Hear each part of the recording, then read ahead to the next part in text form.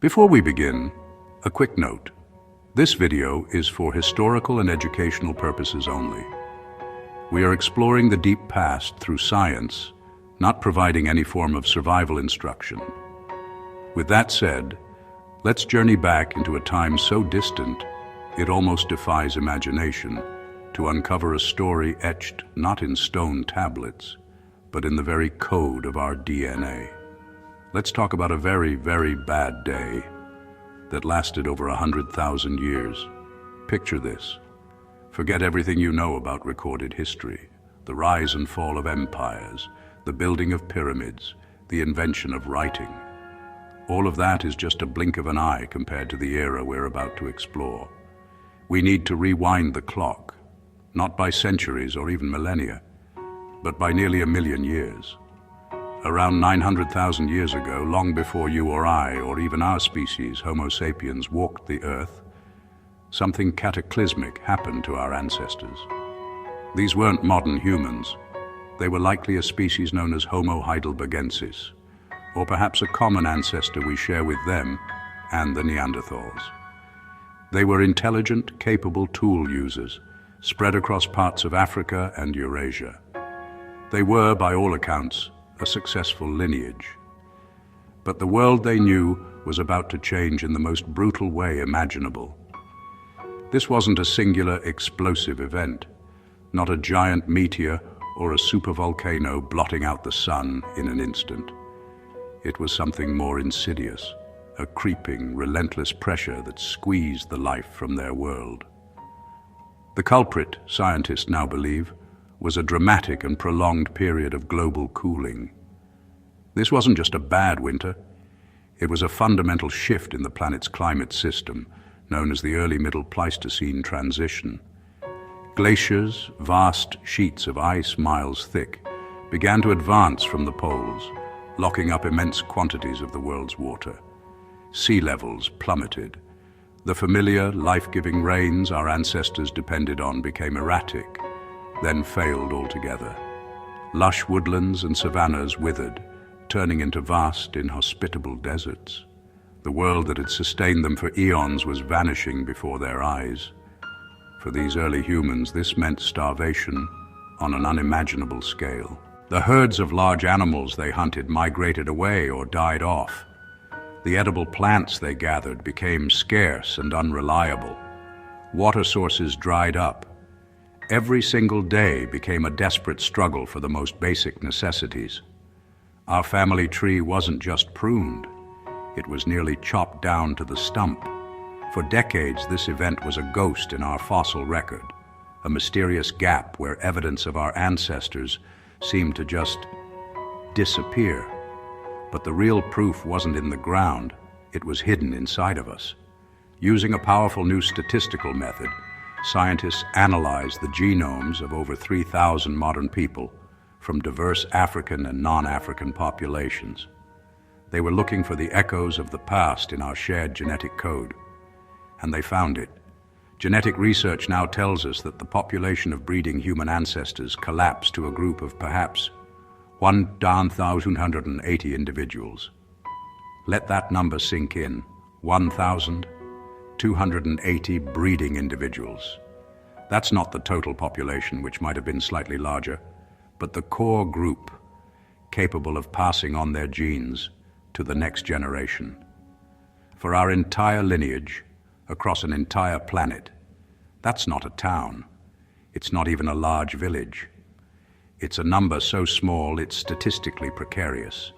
A single localized disaster, a harsh winter, a disease outbreak, a failed hunting season, could have wiped them all out, and with them, the entire future of humanity. You, me, everyone we know, every achievement of our species would have never existed.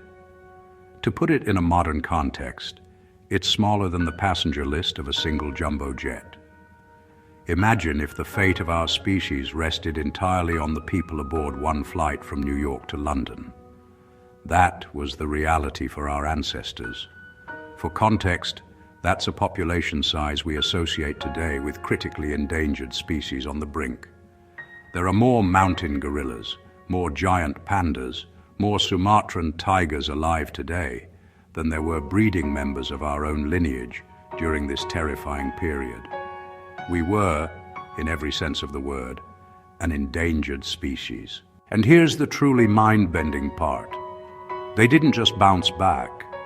This wasn't a short, sharp crisis followed by a swift recovery. The genetic data and the climate models that support it reveal something far more harrowing.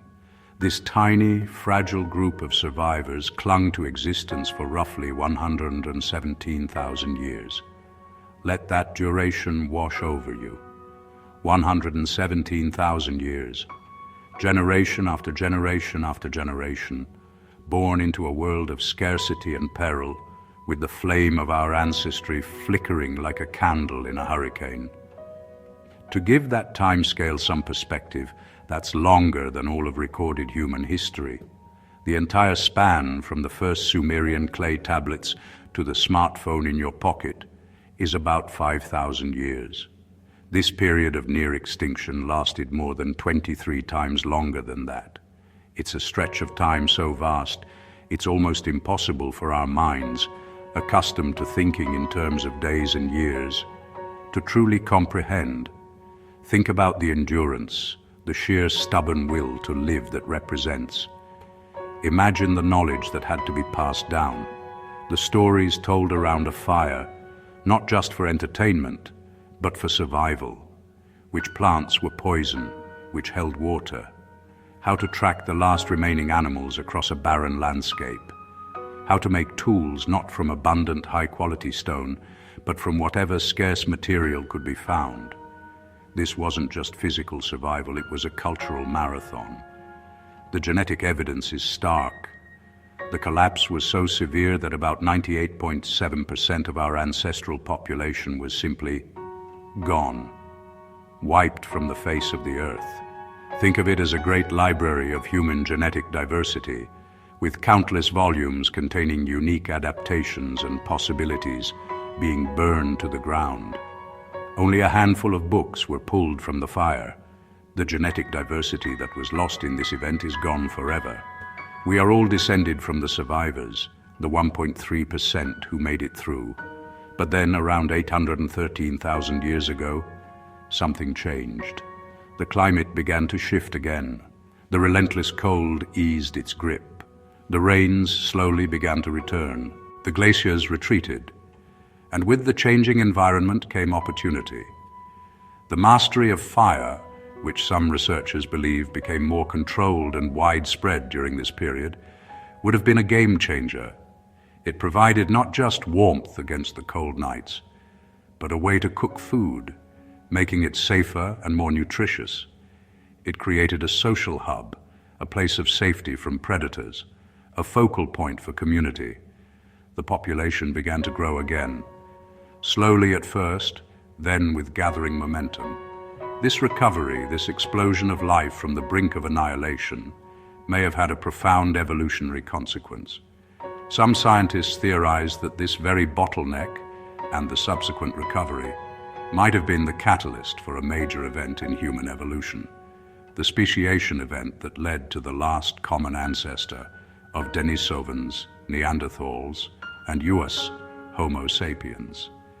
It's possible that the intense selective pressure of the bottleneck, followed by the expansion into a new world, accelerated the evolutionary changes that would ultimately define our own species. Now, I've heard some scientists describe this not as a bottleneck, but as a straw. A bottleneck implies that a large population was squeezed through a tight space and came out the other side, diminished but intact. A straw is a more fitting and more terrifying metaphor. It suggests that the connection between the past and the future was stretched thin, almost to the breaking point, across an immense chasm of time. For over 100,000 years, our entire lineage was sipping survival through this impossibly narrow straw. So, the question for today isn't just what happened. It's the greatest survival story ever told. How on earth did a handful of ancient humans make it through, and what did they have that 99% of others did not? Was it luck? Was it a specific technology, like fire? Or was it something deeper, a new level of social cooperation, a resilience, a spark of ingenuity that allowed them to adapt and endure when almost all of their kin perished? That is the mystery we will explore.